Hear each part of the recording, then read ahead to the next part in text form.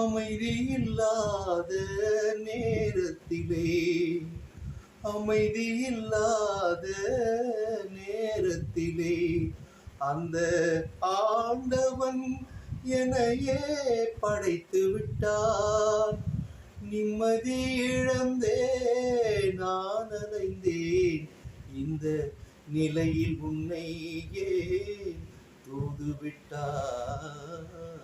நிலவே என்னிடம் நெருங்காதே, நீ நினைக்கும் இடத்தில் நான் இல்லை. மலரே என்னிடம் மயங்காதே, நீ மயங்கும் வகையில் நான் இல்லை.